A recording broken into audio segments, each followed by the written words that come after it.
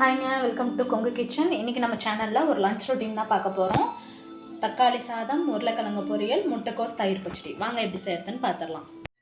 சாப்பாடு அடித்து ரெடியாக வச்சுருக்கேன். இது கொஞ்சமாக நல்லெண்ணெய் விட்டுக்கலாம்.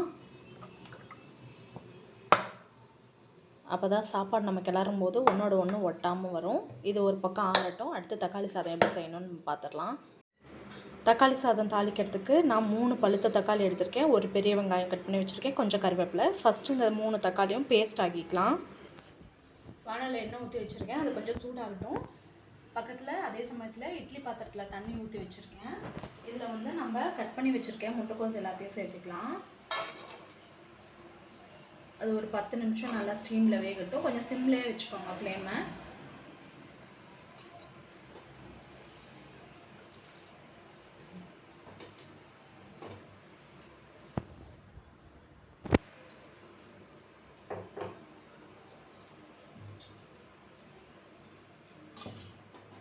கொஞ்சம் நேரம் வேகட்டும்.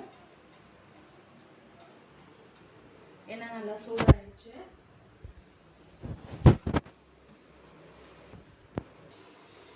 கடுகு, உளுந்து பருப்பு, கூடவே கடலைப்பருப்பு 1 ஸ்பூன்,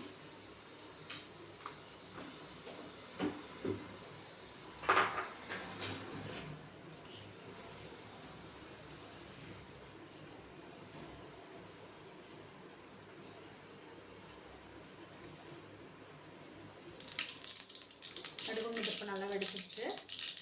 கருவேப்பிலை, கட் பண்ணி வச்சுட்டு வெங்காயம் இதையும் சேர்த்துக்கலாம். சேர்த்துட்டு நல்லா வதக்கி விடுங்க. ரொம்ப சிம்பிளான ரெசிபிங்க. வெங்காயம் நல்லா வதங்கட்டும்.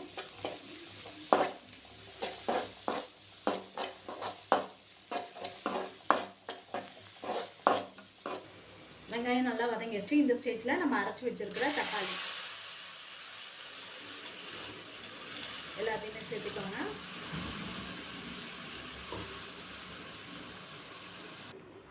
ஜாரில் கொஞ்சம் தண்ணியும் கலந்து அதையும் சேர்த்துக்கோங்க.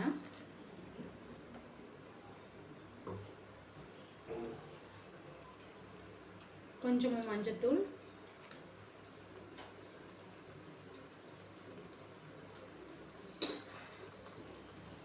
தேவையான அளவு உப்பு.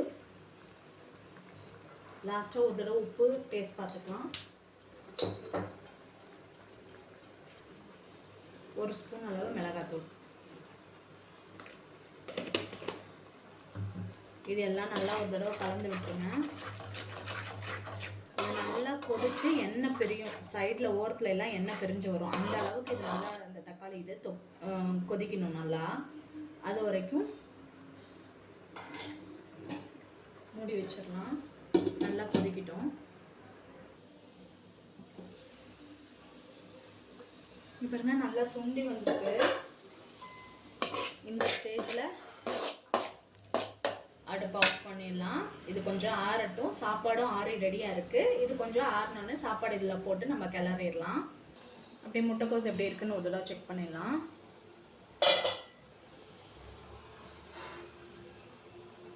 இன்னும் கொஞ்சம் வேகட்டும். கொஞ்சம் நறுக்குன்னு இருக்குது. இன்னும் கொஞ்சம் ஒரு 5 நிமிஷம் வேகட்டும். அதுக்கப்புறம் இதே எடுத்துடலாம். இன்னொரு சைடு நம்ம அப்படியே உருளைக்கிழங்கு பொரியல் செஞ்சிடலாம். வானல் வச்சாச்சு. எண்ணெய் சேர்த்திக்கலாம்.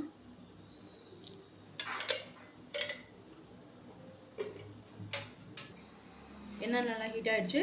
கடுகு உளுந்து பருப்பு 1 ஸ்பூனு. அது வெடிச்சோடனே உருளைக்கிழங்கு சேர்த்துக்கலாம்.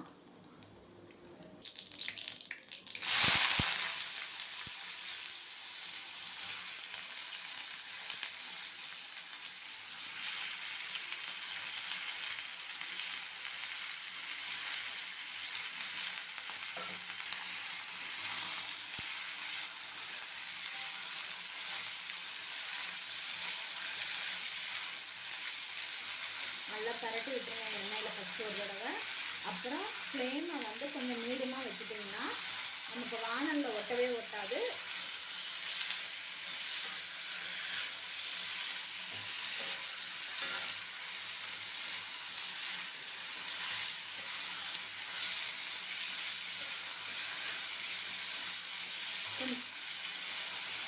கொஞ்சம் வதங்கட்டது.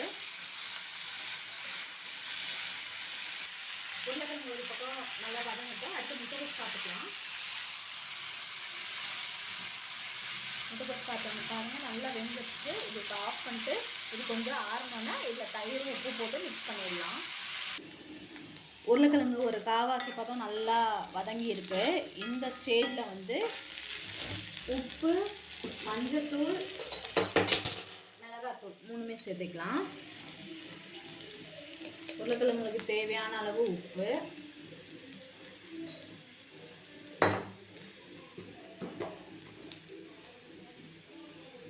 தேவையான அளவு மஞ்சத்தூள்,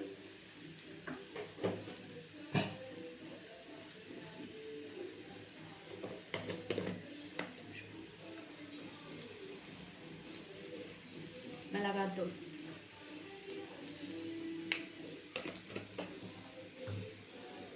போட்டுட்டு நல்லா பரட்டி விட்டுலாம். இது சிம்லேயே நல்லா பொரியட்டும். ஃப்ளேம் ஃபுல்லாக வச்சோம்னா கருகி போயிடும். கீழே இருக்க உருளைக்கிழங்கு ஃபுல்லாக நமக்கு ஒன்றோட ஒன்று அந்த வானலில் ஒட்டாமையும் வரணும், அதே சமயம் கருகாமையும் இருக்கணும். அதுக்காக நம்ம சிம்லேயே வச்சுக்கலாம்.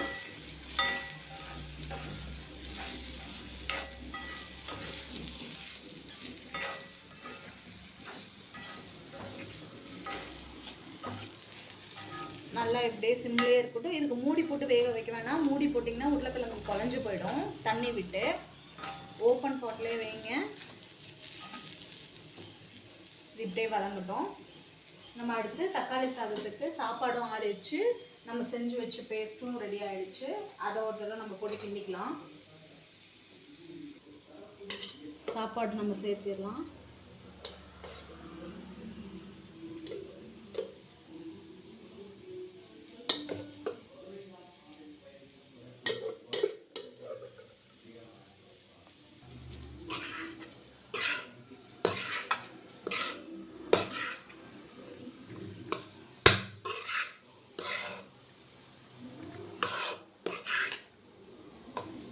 நல்லா அந்த சாந்தோடு மிக்ஸ் ஆகிற மாதிரி சாப்பாடை நல்லா கிளறிக்கோங்க. ஆக்சுவலாக இது வந்து ஒரு சிஸ்டர் டொமேட்டோ ரைஸ் ரெசிபி கேட்டிருந்தாங்க.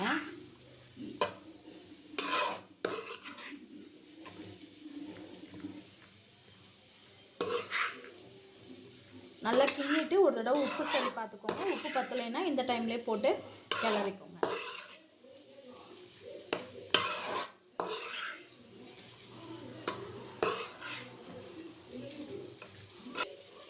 உப்பு எனக்கு கொஞ்சம் பத்தலை, அதனால இந்த ஸ்டேஜில் நான் கொஞ்சம் உப்பு சேர்த்துக்கிறேன்.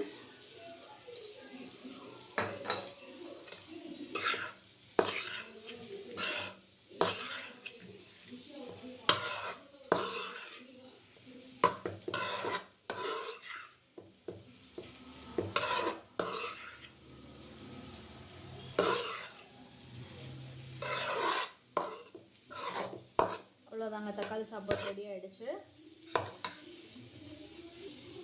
அடுத்து முட்டைக்கோஸ் பச்சடிக்கு முட்டைக்கோஸில் ஃபஸ்ட்டு தயிர் ஊற்றிக்கோங்க.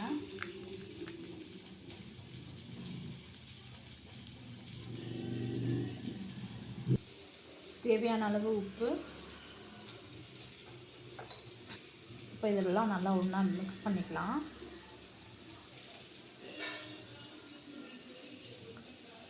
முட்டைக்கோஸ் பச்சடி ரெடி ஆகிடுச்சுங்க.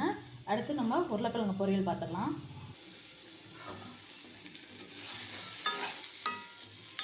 பாருங்கள், ஒன்றோட ஒன்று ஒட்டலை. கீழே இருக்கிறதுலாம் நல்லா பொரிஞ்சு வந்திருக்கு. அடி பிடிக்கல. ஆனால்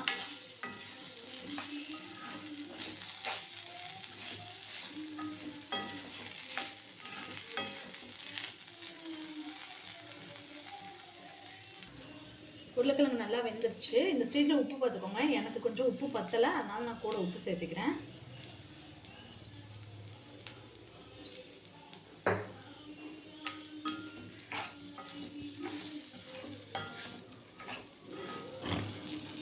அவ்வளோதாங்க, உருளைக்கிழங்கு பொரியலும் ரெடி ஆகிடுச்சு.